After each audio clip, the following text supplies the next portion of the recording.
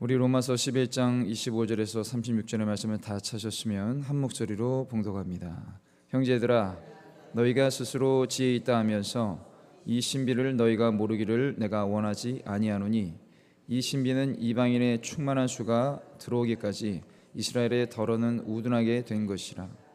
그리하여 온 이스라엘이 구원을 받으리라. 기록된 바 구원자가 시온에서 오사 야곱에게서 경건하지 않은 것을 돌이키시겠고, 내가 그들의 죄를 없이 할 때에 그들에게 이루어질 내 언약이 이것이람과 같으니라.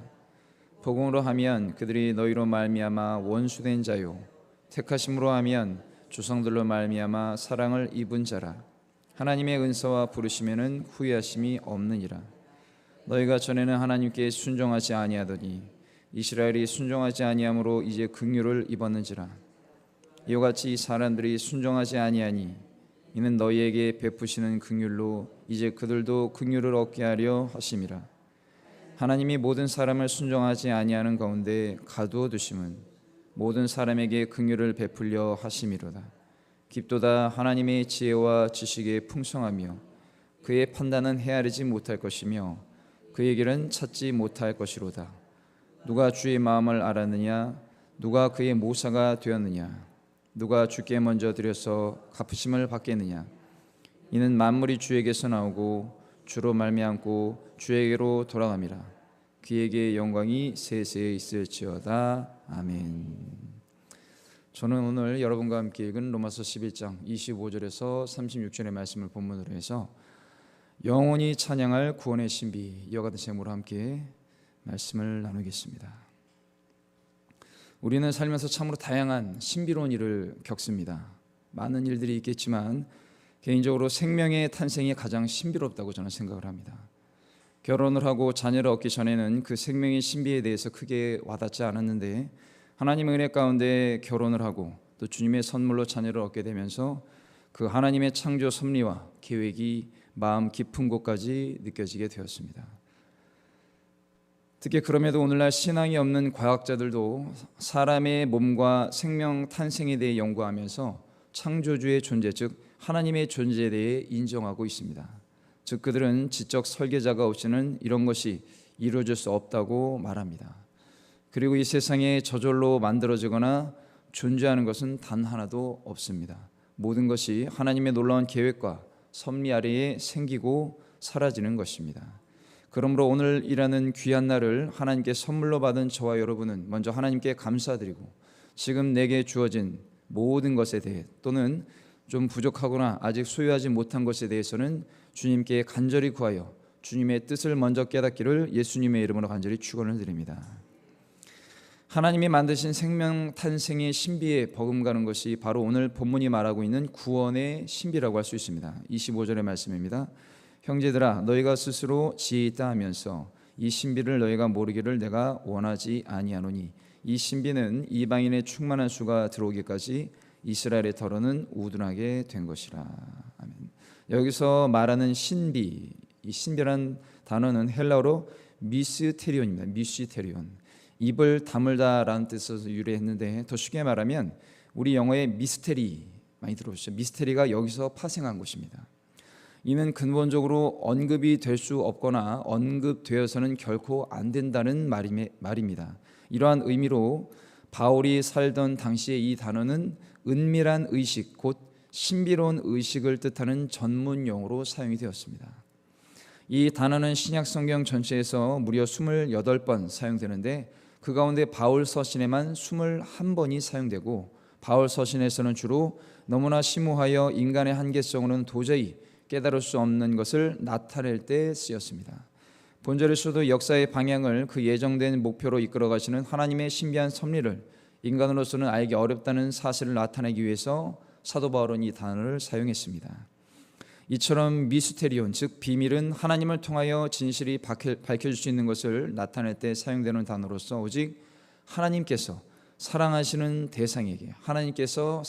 대상에게만 공개하시는 위대한 계시입니다. 그러므로 이 비밀은 하나님께서 나타내지 않으셨다면 아무도 알 수 없는 것이죠. 오늘 성경은 그런 비밀을 하나님이 사도 바울을 통해서 알려주시는데, 이는 이방인 그리스도인들, 이방인 그리스도인들이 스스로 지혜 있다고 여기는 영적 자만을 막기 위한 것입니다. 이어서 이방인의 충만한 수라는 것은 오직 주권자이신 하나님이 정하신 수이며 이 수는 오직 하나님만이 알고 계십니다. 앞서 12절에 보면 유대인 즉 이스라엘의 충만함을 말하고 있습니다. 12절을 읽어드립니다. 그들의 넘어짐이 세상의 풍성함이 되며 그들의 실패가 이방인의 풍성함이 되거든 하물며 그들의 충만함이리요. 사랑하는 성도 여러분, 살다 보면 우리가 사는 세상에 참으로 믿지 못할 일들이 많이 일어납니다.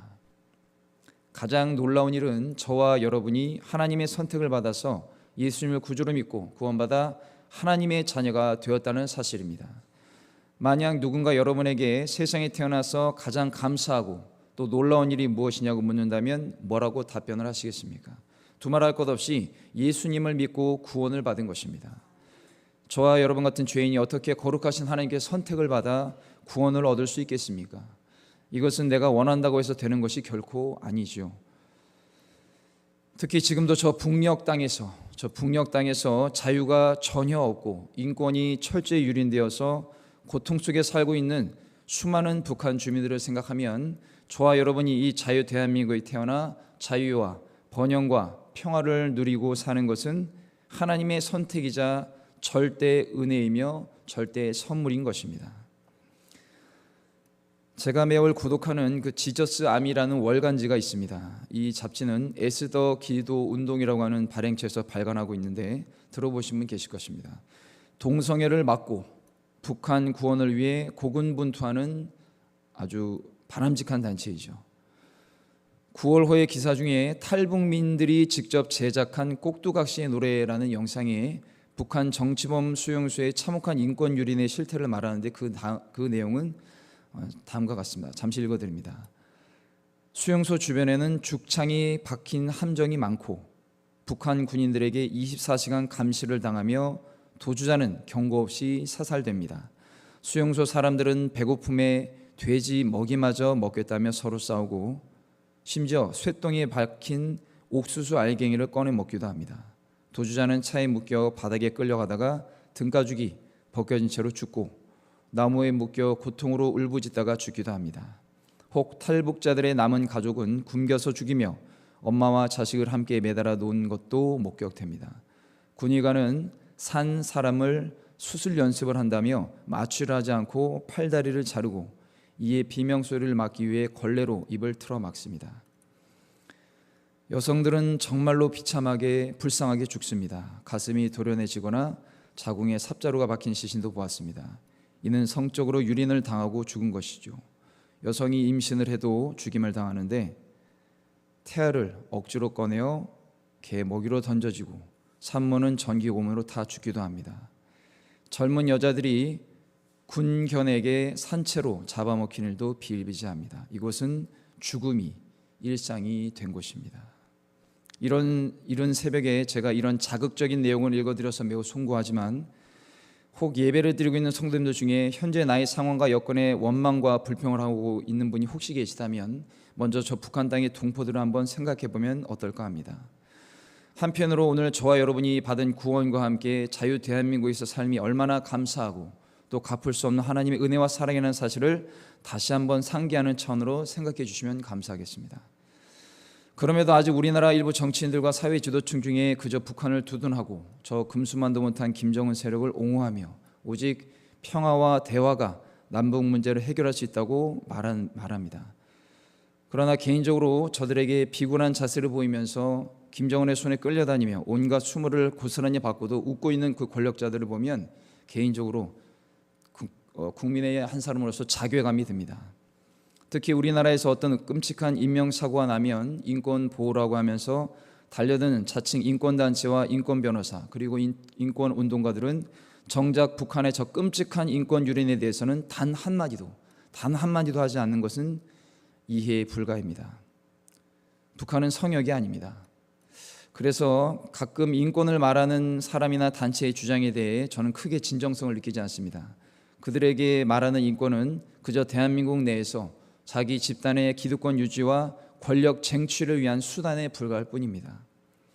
그렇다고 저는 전쟁을 하자는 말씀을 드리는 것이 아닙니다. 전쟁을 좋아하고 원하는 사람은 없습니다. 평화롭게 해결하자는 것에는 이견이 없지만 강력한 군사력을 가진 나라가 적의 위협에서 국가와 국민을 지키고 해결할 수 있는 것입니다.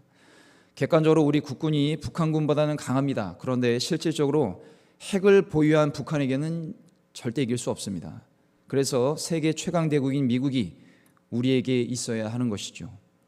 그런데 이런 사실이 싫은지 미군을 외국 군대라고 말하면서 외국 군대에 의존하여 자주국방을 하지 못하는 것이 굴종이라고 말하는데, 정작 북한에게 굽신거리는 것이 진짜 굴종 아니겠습니까? 세계 최악의 빈곤 국가, 세계 최악의 기독교 탄압 국가 1위이며 인권과 자유가 없는 저 북한에게 왜 세계 10위 경제 대국이자 자유와 번영의 상징인 우리 대한민국이 끌려다니면서 구걸을 해야 합니까?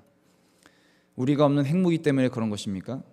북한의 핵무기는 대한민국을 위협하는 가장 확실한 존재이지, 통일이 된다고 해서 그 북한의 핵무기가 우리나라 것이 되지 않습니다. 이것은 너무나 한심한 생각이죠. 내가 상대방보다 압도적인 힘이 있어야 상대방이 내 말을 듣는 것입니다. 칼을 들고 위협하는 강도에게 그저 말로 유화 정책을 편다고 절대 듣지 않고 칼을 내려놓지 않습니다. 그러면 칼보다 강력한 총이 있어야 그 강도는 칼을 내려놓고 고분고분해지며 대화를 하는 것이죠. 여러분, 라틴어 속담에 평화를 원한다면 전쟁을 준비하라라는 말이 있습니다. 이것은 힘과 능력이 있어야 전쟁이 억제된다는 것이죠. 미국의 초대 대통령 조지 워싱턴은 1793년 의회 연설에서 평화를 원한다면 우리는 항상 전쟁을 치를 준비가 되어 있다는 것을 모두가 알아야 합니다 라고 말했고, 시어도 루스벨트는 부드럽게 말하되 커다란 몽둥이를 휴대하라고 했고, 로널드 레이건 대통령은 후보 시절부터 힘을 통한 평화를 외쳤고 이를 실천했습니다. 특히 소련이 레이건 대통령 때 완전히 붕괴가 된 역사적 사실을 보면 더욱 잘 알 수 있습니다. 앞서 말한 이 세 사람은 모두 미국의 훌륭한 대통령이죠. 우리나라에도 이렇게 국가 간이 확실하고 경제와 군사 그리고 외교와 안보를 굳건하게 하여 국민들이 나라 걱정을 하지 않고 살 수 있도록 힘쓰는 지도자들이 많이 생겨야 할 것입니다. 이처럼 지도자들이 나라와 국민을 걱정해야 하는데, 반대로 오늘날 우리나라는 어떻습니까? 국민이 지도자들과 국가를 걱정하고 있는 상황이 된 것 같습니다. 그러나 이것도 기도 제목이라고 생각하고 더욱 뜨겁게 기도하시는 저와 여러분이 되시기를 예수님의 이름으로 축원을 드립니다. 26절에서 27절 말씀입니다. 그리하여 온 이스라엘이 구원을 받으리라. 기록된 바 구원자가 시온에서 오사 야곱에게서 경건하지 않은 것을 돌이키시겠고, 내가 그들의 죄를 없이 할 때에 그들에게 이루어질 내 언약이 이것이람과 같으니라. 여기서 구원자는 예수 그리스도를 말씀하고 있고, 이루어질 언약이란 하나님의 백성인 이스라엘의 회복을 의미합니다. 바울은 하나님께 반역하고 있던 이스라엘 민족이 죄를 회개하고 하나님 앞으로 돌아올 때의 축복을 바라보면서 하나님의 약속의 말씀을 다시 한번 확인하고 있는 것이죠. 이어서 28절의 말씀입니다. 복음으로 하면 그들이 너희로 말미암아 원수된 자유, 택하심으로 하면 조상들로 말미암아 사랑을 입은 자라. 이 부분은 복음의 택하심과 관계에서 이스라엘의 양면성을 보여줍니다. 즉 그리스도인의 복음에 관해 말하면 이스라엘은 이방인의 구원을 위하여 하나님과 적대적 역할을 하게 되는 것이고, 동시에 하나님의 선택이라는 관점에서 보면 먼저 언약을 받은 조상들 때문에, 그 조상들 때문에 하나님의 사랑을 입은 존재라는 것입니다. 이런 이중적인 부분 때문에 이스라엘은 지금은 잠시 하나님께 버림받은 것처럼 보일지 몰라도 종말에는 구원을 받게 될 것입니다. 그러나 그들이 하나님의 사랑과 구원을 받게 되는 것은 그들이나 그들의 조상, 즉 아브라함이 뛰어나서가 결코 아니라 하나님이 먼저 아브라함과 이삭과 야곱과 맺은 언약 때문인 것입니다. 그렇습니다. 하나님은 스스로 거룩하시고 완전하신 분이시기 때문에 하나님이 맺으신 언약에 대해서 가까운 미래에 성취하십니다. 왜냐하면 하나님은 사람과 다르게 자신의 이익과 손해에 따라 변하시거나 거짓말을 하시는 존재가 아니기 때문입니다. 만약 하나님이 그런 분이었다면 애초에 독생자 예수님을 이 땅에 보내셔서 그 모든 추함과 고통을 받게 하시며 십자가에 달려 죽게 만드실 이유가 전혀 없기 때문이죠. 사랑하는 성도 여러분, 사람은 믿는 존재가 아닙니다. 우리 모두가 갖고 있는 연약함과 추악함을 인정하고 할 수만 있다면 우리는 주님의 사랑으로 섬기고 긍휼히 여겨야 하는 것입니다. 그래야 상처를 덜 받고 또 받았어도 빨리 털어버릴 수가 있는 것이죠. 그러므로 우리는 연약하고 연약함이 많고 이러한 사람과 타락한 세상에 일말의 기대도 하지 말고 내게 주신 하나님의 위대하신 약속의 말씀을 붙잡고 전진 또 전진해야 하는 것입니다. 특히 곧 오실 예수님의 재림과 이후에 펼쳐질 천년 왕국 그리고 새하늘과 새 땅의 약속이 이루어진다는 사실을 믿으시기를 예수님의 이름으로 축원을 드립니다. 이어서 29절에서 30절의 말씀입니다. 하나님의 은사와 부르심에는 후회하심이 없느니라. 너희가 전에는 하나님께 순종하지 아니하더니 이스라엘이 순종하지 아니함으로 이제 긍휼을 입었는지라. 하나님은 한번 실행하시고자 하신 일은 반드시 완수하십니다. 그러므로 우리는 무엇보다 이 땅에 사는 가운데 하나님의 거룩하신 계획이 이루어지는 축복의 통로가 되어야 하는 것이죠. 그러나 어떤 영혼들은 예수님을 믿으면서도 축복의 통로는커녕 교만이라는 죄악에 빠져서 마귀의 종노릇을 하며 사람들을 참으로 힘들게 합니다. 또 거짓말과 분열로 교회를 흔들고 성도 간에 목회자 간에 이간을 시킵니다. 물론 이런 사람도 잘못을 깨닫고 확실히 회개하면 주님이 용서하시고 은혜를 베푸셔서 남은 인생을 주님의 영광을 위해 사용하실 것입니다.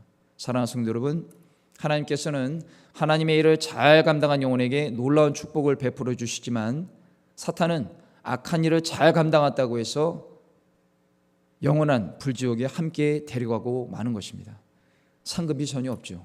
이것이 하나님과 사탄의 대표적인 차이점입니다. 그러므로 단 한 번뿐인 인생을 마귀의 종노릇이 아니라 하나님께 붙잡혀서 천국 갈 때까지 성령의 도구가 되기를 주님의 이름으로 간절히 축원을 드립니다. 이어서 31절에서 36절의 말씀입니다. 이와 같이 이 사람들이 순종하지 아니하니 이는 너희에게 베푸시는 긍휼로 이제 그들도 긍휼을 얻게 하려 하심이라. 하나님이 모든 사람을 순종하지 아니하는 가운데 가두어 두심은 모든 사람에게 긍휼을 베풀려 하심이로다. 깊도다 하나님의 지혜와 지식이 풍성하며 그의 판단은 헤아리지 못할 것이며 그의 길은 찾지 못할 것이로다. 누가 주의 마음을 알았느냐? 누가 그의 모사가 되었느냐? 누가 주께 먼저 드려서 갚으심을 받겠느냐? 이는 만물이 주에게서 나오고 주로 말미암고 주에게로 돌아감이라. 그에게 영광이 세세에 있을지어다. 아멘.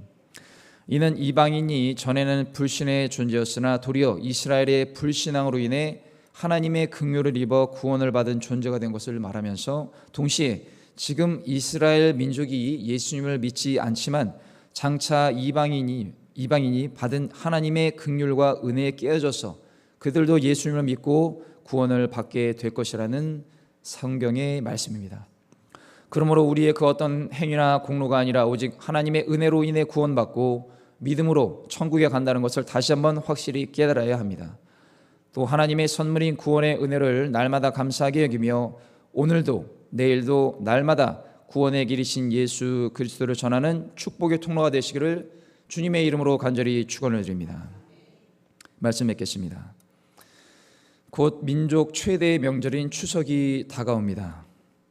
많은 가족들과 친지들을 만나서 또 서로 간에 사랑과 우애를 나누는 복된 시간이지만 그럼에도 어떤 사람들은 이 시간에 만나지 못하는 가족이 더욱 그리워지는 시간이기도 할 것입니다. 지난 6월 23일 국민일보 기사를 잠시 읽어드립니다.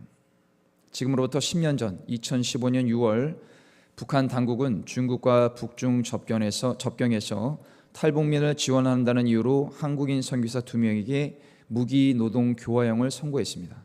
김국기, 최춘길 선교사 이야기입니다. 함께 억류된 김정욱 선교사까지 3명 모두의 생사는 10년이 흘러서도 여전히 확인되지 않고 있습니다. 그 세월 동안 가족들은 목소리를 내지 못한 채 기다려야 했습니다. 최춘길 선교사의 아들 최진영 씨는 인터뷰에서 아버지뿐 아니라 납북 선교자들의 존재와 고통이 결코 잊히지 않기를 바랍니다 라고 했습니다. 현재 북한에는 선교사 3명을 포함해 우리 국민 6명이 강제 억류되어 있습니다. 김정욱 선교사님은 2007년부터 중국 단둥에서 북한 주민들에게 숙식을 제공하면서 탈북민 구출에 앞장서신 분입니다. 2013년 10월 체포된 김 선교사님은 북한 당국으로부터 지하교회 설립 등 범죄의 혐의를 자백하도록 강요받았고 국가전복 음모 등의 혐의로 무기징역을 선고받았습니다. 김국기 선교사님은 2003년 꽃제비와 탈북민을 위한 탈북자 쉼터를 운영하면서 농기계와 생필품 등을 북한 주민에게 지원했습니다. 김 선교사님은 2014년 10월 북한 공작원에게 체포됐습니다. 최충일 선교사님은 탈북민 지원 사역을 펼치다가 같은 해 12월 북한의 유인으로 실종되면서 납북된 것으로 파악됩니다.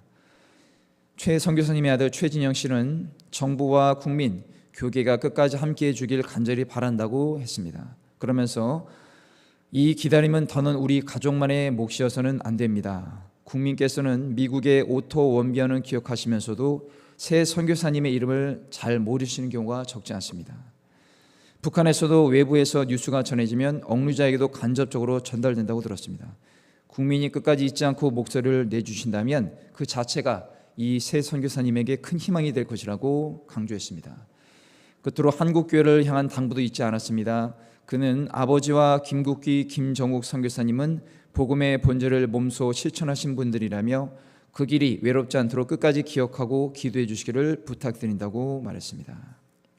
사랑하는 성도 여러분, 오늘 우리가 기도할 때 특히 전 세계에서 목숨을 걸고 복음을 전하시는 선교사님들과 가족들, 그리고 지금 북한에 억류되어 있는 이 선교사님들의 안전과 또 우리나라의 가족을 위해서, 또 그 선교사님들을 기다리시는 가족을 위해서 기도해 주시기 바랍니다. 속히 선교사님들이 풀려나고 사랑하는 가족들의 품 안에 돌아가기를 기도해 주십시오. 생각해 보면 우리도 140년 전에 들어온 그 복음이 열매를 맺어 오늘 이 자리에 하나님께 예배를 드리고 있는 것입니다. 만약 그것이 없었다면 우리 이 시간에 예배는커녕 우리도 북한의 압박과 그러한 선교사님들의 사랑을 잊으며 살아갈 수밖에 없었을 것입니다. 그러므로 얼마나 감사하고 또 감사한 일이겠습니까? 그러므로 갚을 수 없는 이 복음의 은혜에 오늘도 감사, 내일도 감사, 한평생 감사하며 살아가시기를 예수님의 이름으로 축원을 드립니다. 기도하겠습니다. 우리에게 한없는 사랑을 베푸시는 좋으신 아버지 하나님, 우리가 하나님의 구원과 사랑을 기억하지 못하고 그저 이기적이고 교만하여 나 자신은 물론 공동체에도 어려움을 준 것이 있음을 인정하고 십자가 보혈로 회개하오니 용서하여 주시옵소서. 특히 하나님의 은사와 부르심에 한평생 감사하며 받은 은혜와 사랑과 축복을 날마다 전하고 우리 한 사람을 통하여 주께서 구원받는 사람을 날마다 더해 주시는 놀라운 축복의 통로가 되도록 성령님 도와주시옵소서. 오늘 귀한 예물 올려드린 분들 계십니다. 아버지 하나님께서 한 분 한 분 기억하여 주셔서 아버지 하나님 예물 올려드린 손길 위에 복을 더하여 주시고 그 기도의 제목에 하나님께서 응답하여 주시기를 거룩하신 예수 그리스도의 이름으로 간절히 기도 올려옵나이다. 아멘.